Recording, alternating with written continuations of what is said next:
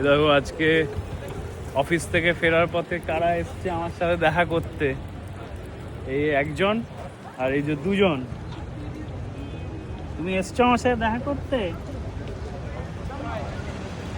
আমরা এখন ঘুরতে বেরিয়েছি অফিসের পরে। আপাতত এই চার্চটা দেখতে যাচ্ছি। এটা চেষ্টা অনেক দিনের ইচ্ছে এই চার্চটা দেখার। খুব বৃষ্টি হচ্ছে আজকে। তারপর মিউনিকের মতন হবে, মিউনিকে থাকতে থাকতে মিউনিকের জায়গাগুলো ঘোরা হয়।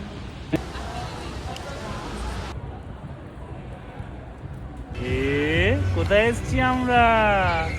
হ্যাঁ, আমরা কোথায় এসছি? কাঁদতে হবে না তো। আমরা ইউরোপা সেন্টারে গেছিলাম। এখানে হচ্ছে ওটা একটা মলের মতো। ভেতরে কিছুক্ষণ বসলাম আর একটু ঘুরে ঘুরে দেখছিলাম কি কি দোকান আছে। তো ওখানে দেখতে দেখতে ঘুরতে ঘুরতে দেখলাম যে একটা দোকান, সেখানে উইড পাওয়া যাচ্ছে, মানে গাঁজা। তো আমরা তো এটা দেখে অভ্যস্ত না, একটা কালচার শকের মতো। প্রথম দেখেছিলাম লাস ভেগাসে, ওখানে ডিসপেন্সারি বলে লেখা ছিল।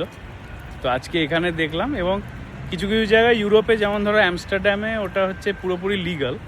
আর জার্মানিতে 2 বছর মতো আগে ওরা এটাকে একটা সার্টেন অ্যামাউন্ট অবধি লিগাল করেছে ফর মেডিসিনাল পারপাস এরম বলে।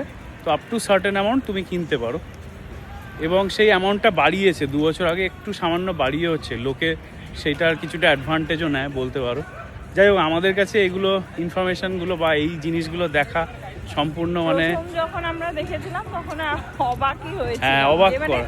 দোকানে, কারণ আমাদের ওখানে তো এরকম ওপেনলি বিক্রি করা মানে জানতে পারলে একদম সে যা নয় তাই হয়ে যাবে। মানে আমাদের ওখানে তো লিগাল নয়। তো আমরা গেছিলাম রিসা চিকেনে, একটু চিকেন ফিকেন খেয়ে এখন আমাদের সেই হদ্দ গন্ড গ্রামে ফিরছি, যেখানে 3টে 4টে চেঞ্জ করে যেতে হয়। এখন দেখো বাস স্ট্যান্ডে বসে আছি।